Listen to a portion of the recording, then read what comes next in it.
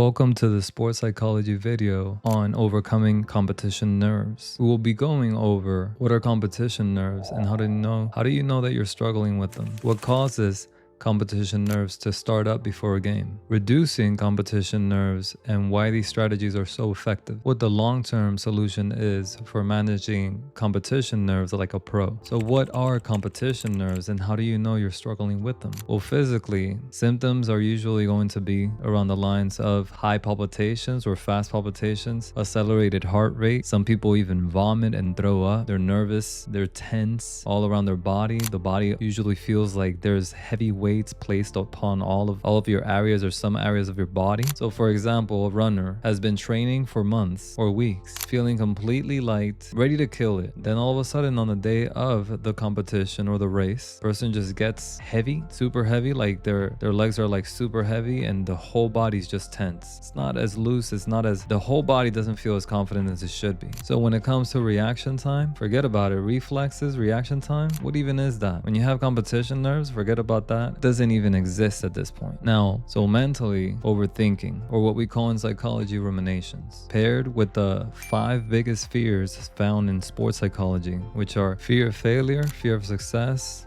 fear of pain, fear of injury, or fear of humiliation. A fixation ritual when it comes to that fear of what might happen, the worry and the constant ifs, the what ifs, that's super common. So what causes competition nerves to show up before a game? This is due to anxiety. Anxiety manifests a fear of the future or worry of the future only because you don't feel in control of the present. Understand that the fear and the worry are only a byproduct of not feeling in control of the present. And not feeling in control of the present, that's anxiety.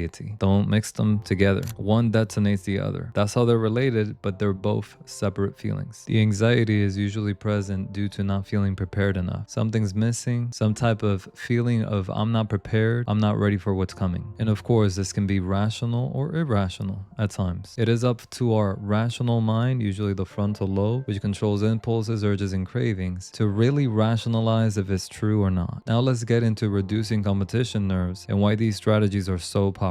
Do not sleep on diaphragmatic breathing. It is one of the most powerful techniques you can do, especially at a time when you're nervous or feeling anxious or fearful. Diaphragmatic breathing changes you from a sympathetic nervous system activation, aka the fight or flight, what may happen, hypervigilance, to the parasympathetic nervous system activation where you're feeling calm, collected, and in the present moment. The next step is to then have a reality check. Is it really true that I'm unprepared? Did I not prepare enough? Was I fiddling with my time or doing other things like being on TikTok or playing video games or watching movies? Did I train enough? Did I overtrain? If I overtrained and didn't rest well enough, then people are usually intuitive about the deficits they have. So if you overtrained yourself and you didn't give yourself enough time to rest, then of course there's going to be something that's amiss. You don't completely trust yourself. But most of the time, let me tell you, usually it's irrational. If you've been listening to your coach, if you've been doing your training, if you've been managing your time management is one of the most powerful things that you can do to hold yourself accountable, and there's nothing to fear. The fear usually is irrational unless you're really truly not prepared. That is for you to then rationalize on pure logic after you've done some diaphragmatic breathing and really evaluate the situation. Reality check. You can choose to take control of the things you can and let go of the things you cannot control. If you're organized and if you're disciplined enough, if you do those two, or if you have those two under your belt and you've been practicing those, this will be easy. So what's the long-term solution to managing competition nerves like a pro? Taking control of the things you can and letting go of the things you cannot control are easier said than done. The reason I say this is because there must be an ongoing practice, an ongoing established habit. What is a habit? An automatic thought. You can construct habits in 30 days. You can usually decompose them or reframe them to something else in 30 days. You can usually modify habits also in 30 days. However, with some practices in life coaching and some modalities in sports psychology, you can actually accelerate that process by training your brain to focus on one thing at a time, compartmentalizing and prioritizing. If you're rehearsing this every single day, you will become enhanced in what's called linear focus. You focus on one thing at a time. That way, when ruminations try to invade you, they will be a little bit alienated from your body, from your mind. because your mind is not usually used to doing that for such a long, prolonged amount of time. So it's not going to be invading you as aggressively if you've been training to do one thing at a time by compartmentalizing and prioritizing one thing at a time. The letting go part can be enhanced by you doing parasympathetic nervous system activities. That could be meditation, that could be spirituality, guided imagery, hypnosis, and or meditation. Now understand this. I said spirituality, not religion. Spirituality is usually along the lines of how you came to exist, what your true purpose here on earth is, and where you're going afterwards. It doesn't mean that you have to have the answers to these. It just means that you're spending time with them on an everyday basis, especially in the early hours of the day. To be a little bit more specific, I left you what's called a sacrificial and compensational behavioral goal, where it teaches you every single hour, just a template, a blueprint to follow. Every hour what you're doing from the morning to the time you go to sleep. You're starting with the sacrificial activities of the day, the things that you really don't want to do, but that need to get done. And then you transition your latter part of the day to the things that you like to do. However, everything is in order. At the beginning of the day, you're starting with the things you really don't want to do. The ones that you've been procrastinating on for a long time, those are the ones you're actually doing first. This is because you as a human being, you start out with more willpower at the beginning of the day, and then it depletes as the day goes. Your willpower is not infinite, it does deplete as the day goes. That's why in the latter part of the day, for the compensational part of the day, then you transition to the things that you like doing. However, you're delaying gratification even further by doing the one that you like the most last. The one that you like least on the compensational part, then you do first. Then you transition to the other one until you get to the part that you like the most. Later in that schedule, then it goes into some tips of enhancing sleep hygiene. Very useful, very powerful. Delayed gratification enhances your dopamine management. You'll need this to escape from anxiety, which anxiety is what detonates the fear. So you'll see that you'll feel more in control of you, your breathing, your well-being, calmness, peace, and that the overthinking is not going to overwhelm you. Or when it does happen, you acknowledge it, but you don't go into a hyper focus of it. I left you some links below.